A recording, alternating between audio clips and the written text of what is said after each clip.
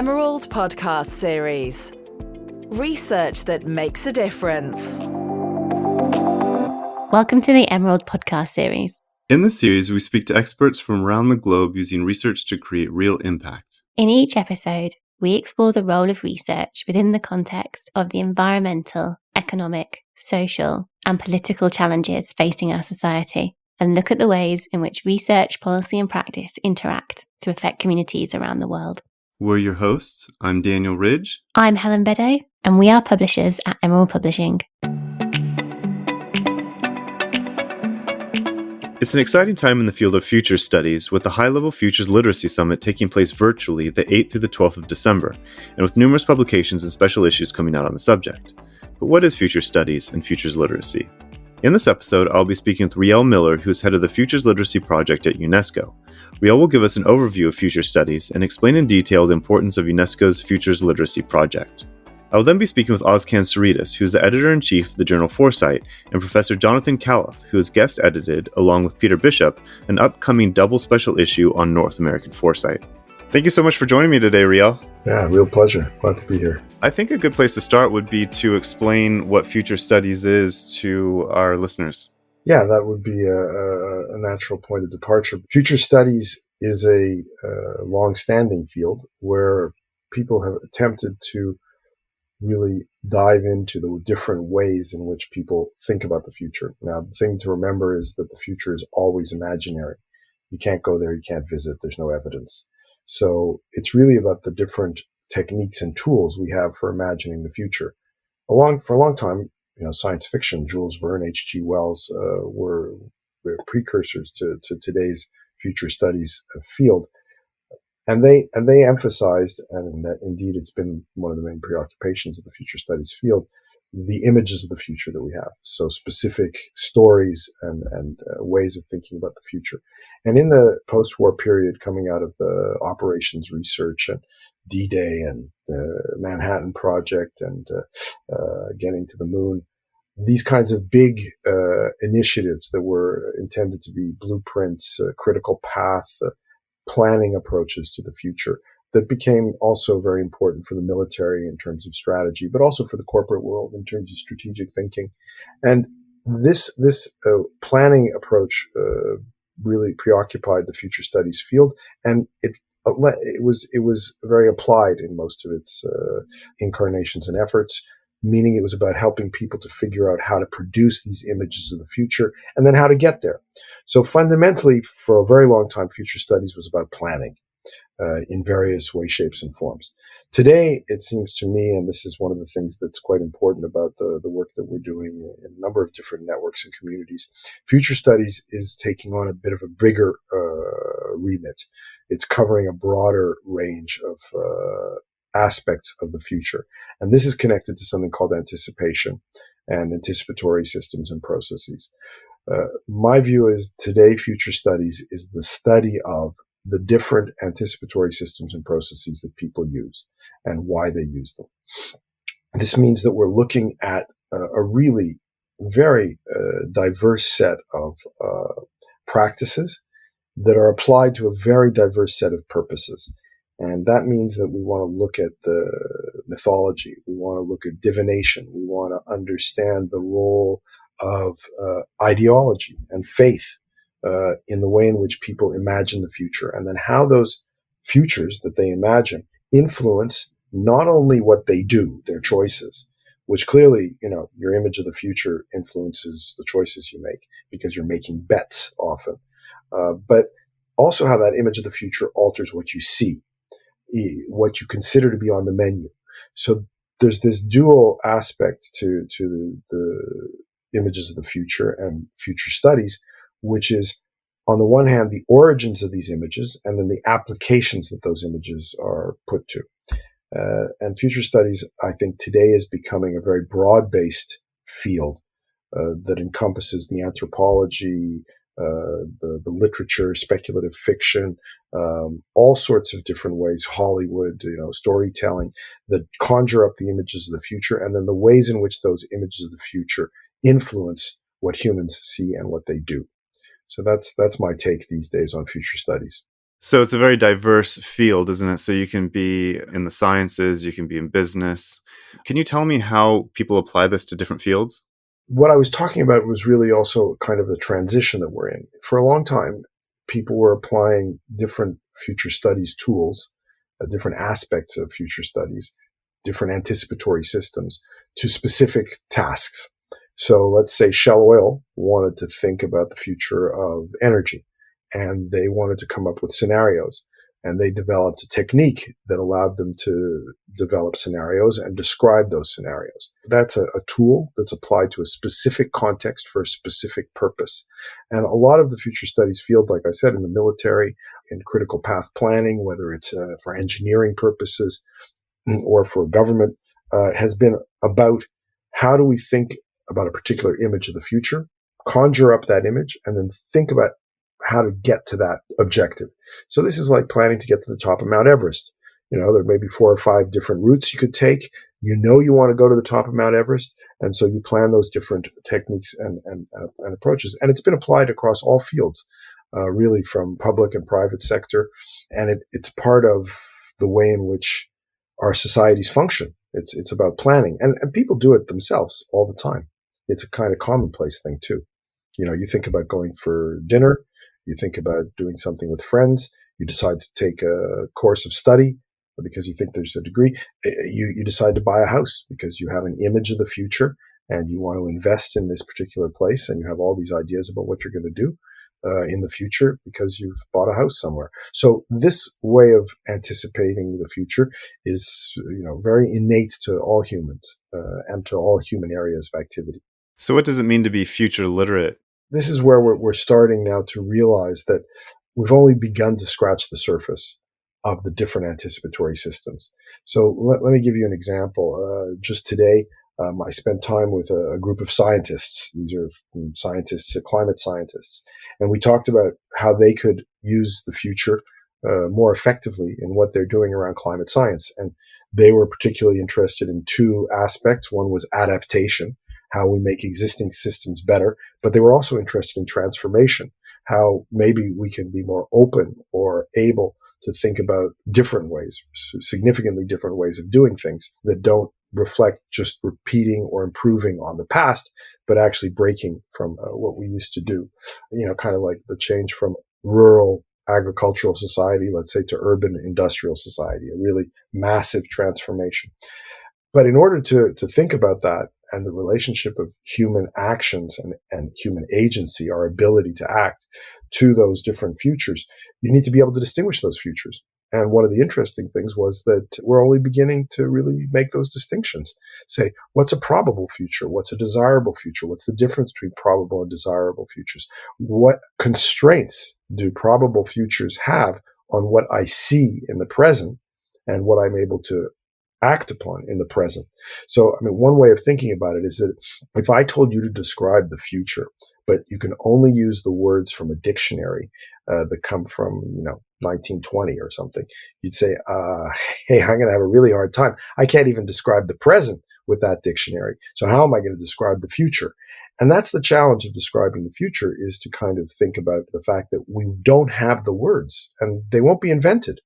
So diversifying the ways we use the future, the reasons we use the future, and understanding that the future can be something that constrains our thinking, but also liberates our thinking, is really a kind of how being futures literate is a skill, a capability. And it's being able to say, okay, now I'm thinking about something in terms of probability.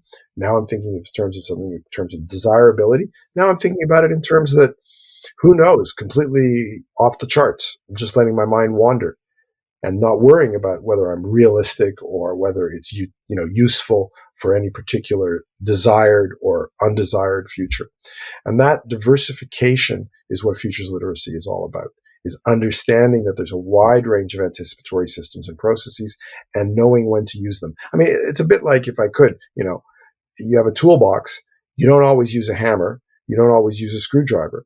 Why should you use one tool as opposed to another? How can you distinguish when you're doing one thing versus another? And that's really what futures literacy is about. It's being able to distinguish different kinds of futures and to be able to think about the different tools that are relevant for those different kinds of futures. So, how does the Futures Literacy Project fit into that, the UNESCO program? Well, in a lot of ways, like I said, we're just starting to scratch the surface because we haven't been paying a lot of attention to the diversity of anticipatory systems and processes. We've been kind of putting them all into the same bucket and just saying, hey, think about later than now and think about planning and how to get there and whether it's good or bad. Now, as we try and distinguish in a more kind of differentiated, more refined way, we end up with this need to explore and reveal. So I often talk about, this is what I call the microscope of the 21st century, because it's something that renders the invisible visible, just the way the microscope, rendered bacteria or amoeba in a drop of water. You couldn't see it with the naked eye. Once you put it under the microscope, you could see it. Well, we've been doing these futures literacy laboratories at UNESCO. It's a kind of laboratory process that I started more than 2 decades ago, actually, before I got to UNESCO, that was meant to reveal, to kind of render the invisible visible. And what this really involves is getting people to surface, to use the Otto Scharmer term, to surface the assumptions, the anticipatory assumptions that they use to frame their descriptions, their images of the future. And so we're really conducting research here into the different narrative frames and the different analytical frames, the different sets of anticipatory assumptions that make up people's active ways of thinking about and using the future. And in the book, Transforming the Future, which came out in 2018, there's a framework called the Futures Literacy Framework, which distinguishes 6 different sets of anticipatory assumptions using an epistemological and ontological matrix. And that allows you to begin to see when you're able to use the future in different ways for different reasons. And in that sense, you become aware that you're using the future in a more differentiated, more refined way. And you're also using a wider range of anticipatory systems. The big problem today, I think, is that because we don't distinguish anticipatory systems, they kind of all get mixed together. And actually, it creates a lot of problems because on the one hand, it confuses different futures like apples and oranges. And it also creates this, I think, anxiety because the future is not this anodyne thing. It's not just, another topic. The future is about hope and about fear. And it's about the crucial aspects of our life. We have an emotional relationship to the future. And when we start to invite people to uncover and unpack and realize where their images of the future are coming from, we're also asking them to explore and reveal their emotions and their hopes and their fears. So the research into anticipation requires a pretty careful and, I would say, sophisticated instrument that reveals these anticipatory assumptions in all their different dimensions. And that's what we've been doing really over the last few years with the Futures Literacy Laboratories. Well, I'm interested in these laboratories. You have them all over the world. You have quite a few in Africa. What really goes on in these laboratories? Well, this picks up on something that I think has been building for some time. More and more people have had experiences now with going to these meetings where there's sticky notes and you put them up on a board and everybody talks and there's a facilitator and there's a structure to the process and all that. And then you kind of wonder and you say to yourself, why are we talking about this with a little group of people about something that, generally speaking, we say, well, what do the statistics say? What are the averages? What are the big samples? What are the scalable results and outcomes? And if we're just a small group talking about this, why is that relevant? That's methodologically, it seems weird to be doing these small group conversations. But I think it in fact reveals in the same way that the microscope was a tool that at first we didn't really know how to use because we didn't have the scientific techniques that allowed us to make the observations that the microscope made possible into systematic testing of hypotheses and conclusions. The processes that I like to call collective intelligence knowledge creation processes are really a way of creating living laboratories. And I mean that in the literal sense of creating a hypothesis testing, an experimental process in which people bring tacit knowledge, things they have often not articulated or made clear, and they share them. And so you create an environment in which people can begin to make the meaning of what's in their heads clear to other people. So this means negotiating shared meaning. And so it's a whole process of really initially proposing and then elaborating and then refining and then understanding where it's coming from and what the purpose is of these images of the future that you're sharing. And the strength of, in a sense, of futures literacy laboratories is that people are generally motivated to think about the future, and also they're quite motivated to think about it together. So futures literacy laboratories take time. They require co-design because the lab's structure, in the same way that you can have a dry lab or a wet lab, you can have a biology lab or a chemistry lab, a futures literacy laboratory that uses collective intelligence knowledge creation processes has to be able to surface, reveal, and scaffold, meaning accumulate over time, create a learning voyage in which people become more aware, and you can get a group of people to dive into their assumptions, work their way through it, and become more aware of how the future is both constraining and liberating their thinking about the present, what they see and what they do. Well, you just gave a few examples there. I'm really interested in these laboratories that are all over the world, geographically spread out and then intellectually spread out. Can you give us some examples of what they're specifically interrogating in these laboratories? Yeah, let me just use the last three. Last week, we ran a lab on the future of Black America, 2050. And we brought together 25 people virtually. So it was not a physical gathering. It was a virtual gathering over a period of 3 days in sessions of 3 hours, where in phase one, the groups were asked to get into small 5-person peer facilitated breakout groups. And they talked together about probable futures. They then talked together about desirable futures. They presented what they imagined in plenary to each other. That was phase one. That's tacit to explicit, starting where people are at. On the second day, they thought about reframing, meaning we try and create a situation where the usual reference points that people have for the future are no longer there. So to give you an example of that, it's let's think about the future of schooling, but without the teachers.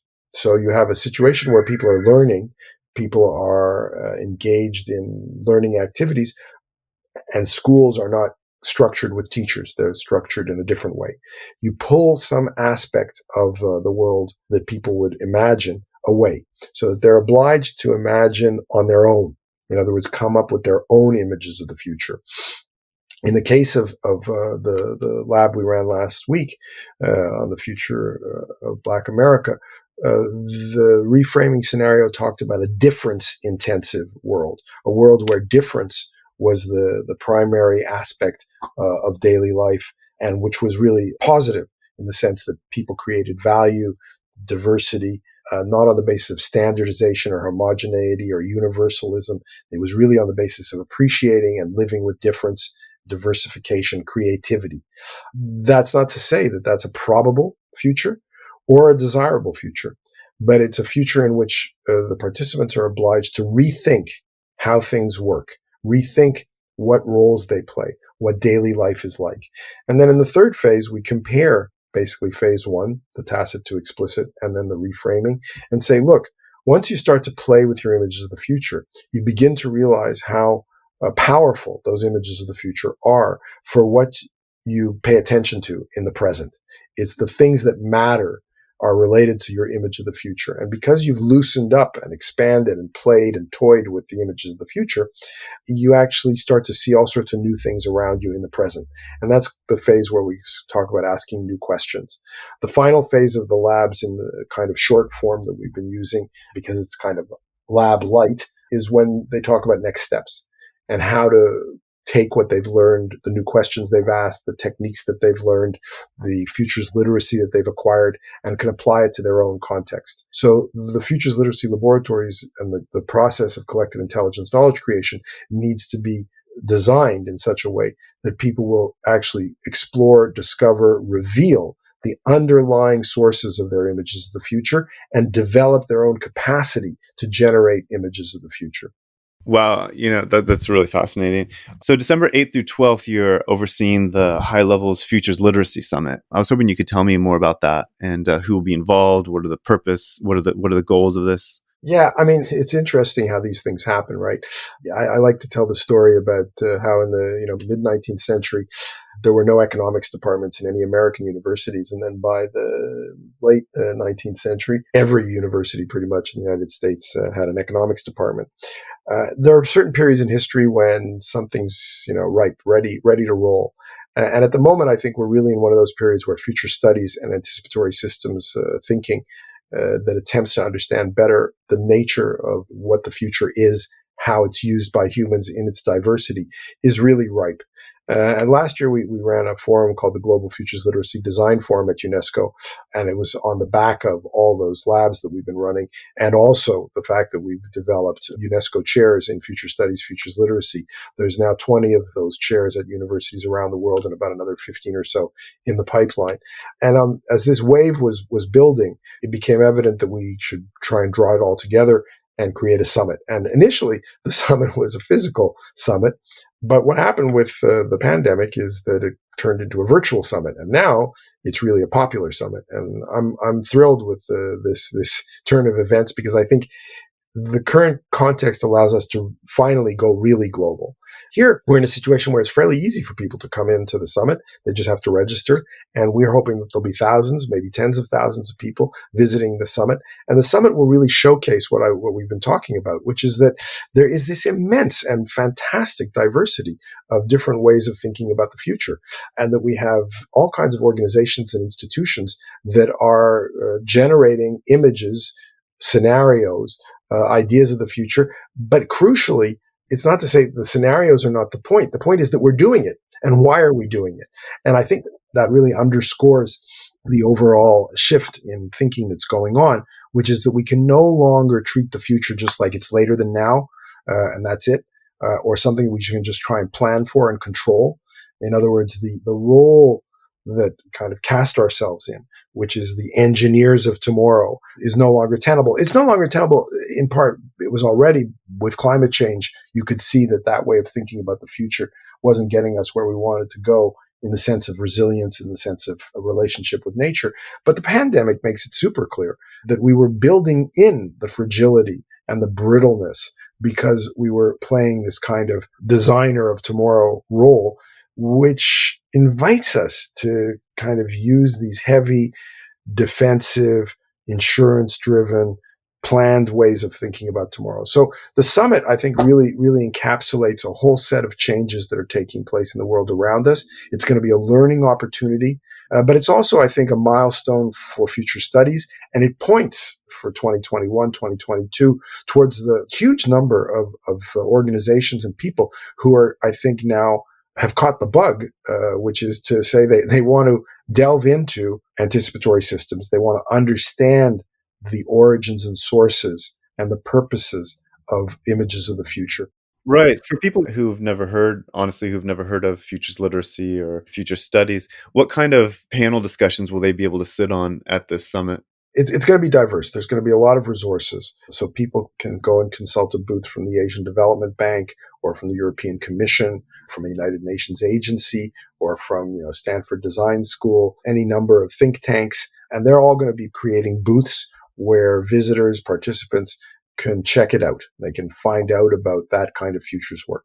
There will also be the plenary where we're going to mix speeches from people like the Prime Minister of Finland and the Director General of UNESCO with futures conversations that will be with ministers and chief executive officers exploring their own experiences with thinking about the future. So we're going to ask leaders to share with us their memories of when they started thinking about the future. What provoked them to think about the future? What are the origins of their ideas of the future? Because really, I mean, what this summit's about is saying everybody can be futures literate. And the summit will provide a whole range of ways of exploring what that means. What might you say to someone who thinks this is too abstract? One of the crucial aspects of futures literacy is that it allows us to take a different attitude towards uncertainty. Meaning everybody knows that the only sure thing, the only certain thing is change, is uncertainty. And so if we set ourselves up in a position which says, in order to feel secure, in order to feel confident, I need to be absolutely certain of the future, we're setting ourselves up to fail, we're setting ourselves up for continuously being anxious. Futures literacy, therefore, is a way of kind of diversifying, walking on two legs. Of course, we make bets all the time. You cross the street, you make a bet. You go on the right-hand side, you're going to take the left-hand fork, you're making a bet. The choices we make, once you've made them, it's a done deal. But at the same time, the world is creating all this rich novelty around us, all these experiments, all these things that have no name, but we can invent names for them. And we can invent ways of using them or giving meaning to what we're doing. So from that perspective, futures literacy is a capability. And this shifts the future from being this instrument, this kind of thing that we use as a hammer, meaning it's, I need to know what to plan. I need to know what to bet on. I need to know which horse to bet on, into something that's got huge implications for how we see and feel about the world around us. And by understanding better the relationship of humanity to complexity, which is a condition, it's not a more or less. We live in this creative, complex universe. Futures literacy allows us to be more at ease with the universe around us. And I think from that perspective, also appreciate our ability to be creative, to be adaptive, to be different, and to differentiate. And in that sense, in a very fundamental evolutionary sense, be more resilient. So capabilities and resilience are not target-based. You don't know how the world's going to unfold and what's going to make you resilient in the future because you don't know what the conditions are. But you can be more agile. You can be more able to understand and appreciate the world. And that, I think, enhances, in a sense, the quality of life, basically. It makes it easier to feel at ease in a universe that is changing all the time. Great. Well, thank you so much for joining me. Yeah, real pleasure. Glad to do this. I'd now like to turn to Ozcan Saritas, editor-in-chief of the journal Foresight, and Jonathan Calof, co-guest editor of the special issue North American Foresight. Well, I'm happy to have you both here to talk about some of the newest research in futures. Are you both going to be participating in this upcoming conference at the Futures Literacy Summit? I know I am, and I know I'm going to be sitting in a booth with my buddy there, so I'm going to say both of us are. That's great. Well, I wanted to ask you about the North American Foresight special issue that you have coming out, that Ozcan is the editor of the journal, and Jonathan, you are the guest editor on this special issue. I know that a lot of research has been written that's country-specific, but it doesn't seem that there's been a lot done on North America in general. So I was wondering if you could tell us maybe what you'd learned about North American Foresight while doing the special issue. So in reference to that issue and in keeping with what we're seeing in North America, it was a team up of Peter Bishop and myself as the guest editors. Bishop is a very noted foresight futurist, and I'm noted in competitive intelligence, market insight, and foresight. And we combined, and that's what we're seeing in North America is, let's call it combination. First of all, lots and lots of active foresight research and practice happening in North America. We had more response than we expected, which is why it's a double special issue. We are seeing an awful lot of teaming up, not just of academics, but academics with practitioners. We got an article, for example, that's been done with the Peter Bishop and with the president and some senior staff of the Ontario Institute for Cancer Research, which talks about the use of foresight for their strategic decisions. We've got combination of professors from areas related to foresight. So a lot of growth, but I'm telling everybody the model is changing. We really are at a crossroads in foresight in that respect. So tell me more about this crossroads. Crossroads is that there are more and more fields interested in, let's call it, foresight-related studies. Right now I'm at a competitive intelligence conference, SCIP, where one of the themes is foresight. There was SLA, Special Libraries Association. They were talking about foresight. Collective intelligence mentions foresight.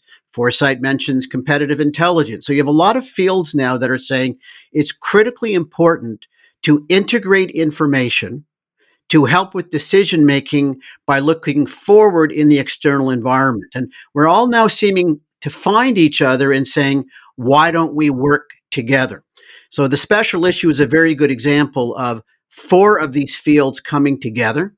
The UNESCO conference as well. And Ozcan, you could talk more about that in terms of the journals that are going to be represented in the booth. And I'm seeing professors that I'm doing research with and working with I'm at a conference in Morocco where I'll be with collective intelligence, and I will be with foresight and competitive intelligence.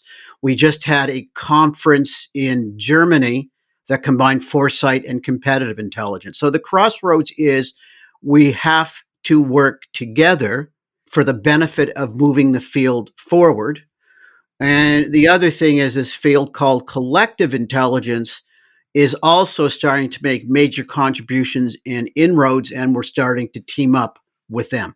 Right. So, can you give us some examples of some of the articles that you'll be publishing? What are going to be in the special issue? Well, we've got in the area of the competitive intelligence, you're looking at an article by Freen and Farley that looks at CI within healthcare. We're looking also in that domain. I've got one on does size really matter when it comes to foresight and intelligence activities?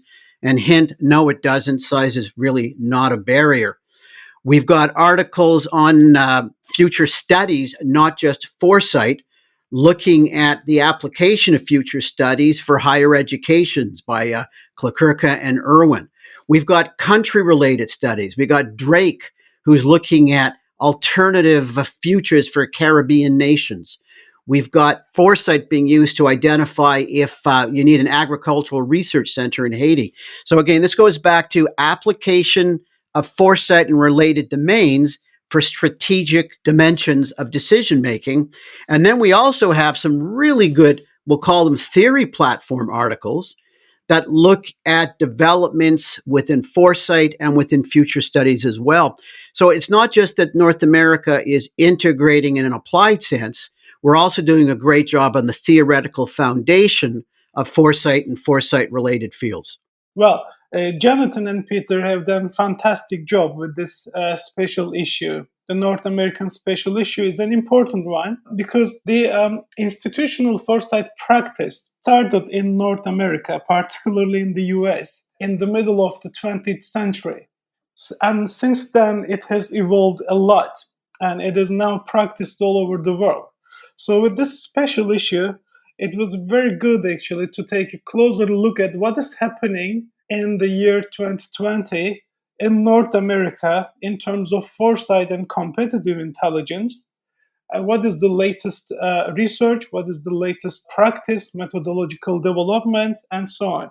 So I was really pleased to see that we can now truly talk about a North American foresight and competitive intelligence. The activity is really embedded in not only in the US.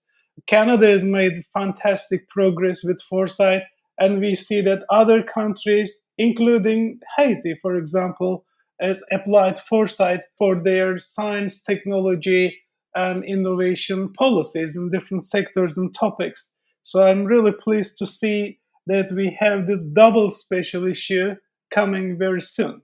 Yeah, so I wanted to ask you about the conference. Can you tell us about some of the booths that will be up at the conference? Yes, the UNESCO high-level Futures Literacy Summit is really an important event for the whole community. So I'm hoping and expecting that the participation will be really high from all over the world, as UNESCO is well represented in developing worlds and other underdeveloped countries. So we all need foresight. We all need futures thinking. We all need to develop our collective intelligence for a better future. So UNESCO Futures Literacy Summit plays a great role to achieve that. An important component of the summit is the future studies booth. So I'm really pleased actually to be appointed as a senior curator to bring together this future studies journals booth. This is very important because futures journals are also important. They collect our knowledge and the latest advancements in the field of foresight, future studies in general, collective intelligence, and other related activities. And then they disseminate this knowledge and share this knowledge with a wider group of people in policymakers, industrialists, universities and research institutions, and wider society. So we are bringing together in this future studies booth about 13 journals so far. So we will have one booth for each of them. and they will have an opportunity to feature their contents and their present portfolio of scientific papers, their future plans, and they will also have a chance to integrate their knowledge together and interact with each other and with the participants of the summit. Daniel, can I add a little bit to that? Because when you ask about the general question of booths, I'm part of a couple of booths. So obviously, as the North American regional editor for Foresight, I will be there in the Foresight booth. But we've also got the University of New Brunswick booth, and I'm part of University of New Brunswick and University of Ottawa, where we're going to be highlighting the programs and research that have been done. And Daniel, you were right when you said the advantages of being virtual. You're going to see programming and information provided by the linking up of various booths and participants. You're going to see Oscan and I hosting a dialogue on North American Foresight as part of the programming. There'll be a look at Foresight 3.0. There'll be dialogues between some of the stuff I'm doing in Morocco, in Sweden, and in Italy, because we now have the ability to bring all these foresight and foresight related research programs and practice together in one spot in a way that would not have been possible on a face-to-face type of event. Oscar, you and I talked on Friday. We added 3 more of these programs to the UNESCO, again, recognizing that we are at a crossroads. We also have some other exciting events. So we are really preparing for that. We have a session on blended foresight, which will bring design, art, science fiction, and data analytics together to explore some new possibilities for foresight. And also, I'm now working with colleagues from the University of Manchester, and we are putting together a session on Foresight 3.0. And this will also bring the latest practice of foresight, not only from Europe and North America, but also from the other parts of the world, including Africa and Asia. Well, what are some of the hot topics that are getting a lot of attention in the field of future studies? Well, and it's interesting when you pose it that way, Daniel. I sit at the cusp of the academic research and the practice within organizations. And Foresight Journal is one of the only ones that actually integrates both perspectives. So I'm seeing a lot of foresight and competitive intelligence units appearing in companies across Europe and North America. Issues around use of big data analytics, issues around impact, issues around structure and organization of these units. How do we integrate these units together? In one study I just did, one organization had 9 parts of the organization doing foresight and foresight related activities. Because of COVID-19, activity in foresight units is getting busier and busier. And so it's a really unique opportunity in time when you think about the UNESCO conference to look at the research and the demands that are coming in foresight and foresight related areas. And as I mentioned, I'm just right now at the SCIP conference, Strategic Competitive Intelligence Professionals, which once again is looking at how do we use this to help strategic and tactical decision making. Well, I think that's really great that you both pointed out, so that, Jonathan, you said that future studies is at a crossroads, and Ozcan talked about Foresight 3.0. So I'm wondering, looking to the future of future studies, how do you see it developing? To a certain extent, academics are independent entities and they're going to go in whatever direction they want to. But Ozcan, myself, Klaus Soilen over in Sweden and a few others, we're trying very hard to integrate these domains together to go towards this common agenda. And so that you're going to see that more and more. We've now had a couple of special issues around that in various journals and conferences. So expect, Daniel, to see more work and effort at integrating these communities by my friend and I. What do you have to say about that, Ozcan? I would say that actually the agenda of foresight is getting very exciting and very interesting. Foresight is actually a collective intelligence combined together. These are different than other future studies. First of all, we will keep pushing that foresight is not only about thinking about the future or dreaming about the future or speculating about the future. We will encourage thinking about the future which is evidence-based. So we will get our evidence by using our collective intelligence. And also, we will make use of the data, the power of big data. So, this is providing us a lot of opportunities to understand what is emerging and what is evolving in order to encourage divergent thinking about alternative futures, and then articulating visions and priorities, and then coming up with some policy, strategy, and action proposals. So we don't only design the future and live it in the future, we try to bring it to the present. So, how to connect the future and the present will play an important role also on our future foresight agenda. And Daniel, that brings us back to the North American issue. And that's why you saw teaming up, for example, of the head of foresight for Global Affairs Canada, Government Department, and a professor from Carleton University, because you have to bring it to the present. You've got to show the implications, how it can help organizations. That's becoming more and more of an important factor. Interestingly enough, even academically, organizations like AACSB, which is the accreditation body for business schools, are also making a point that the research we do should have impact on organizations and not just impact in terms of citation analysis. Final thing I'm going to bring up is, when Ozcan says we are, he's right.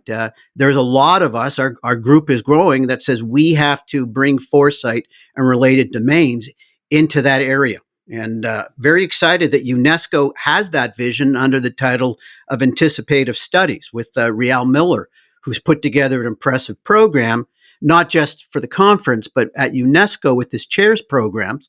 And if you take a look at all the universities now that are working together to create the shared vision, you'll understand why Ozcan and I keep saying we and not I.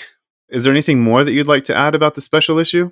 Just that I was completely overwhelmed by the response. I might add that most of the authors also served as reviewers.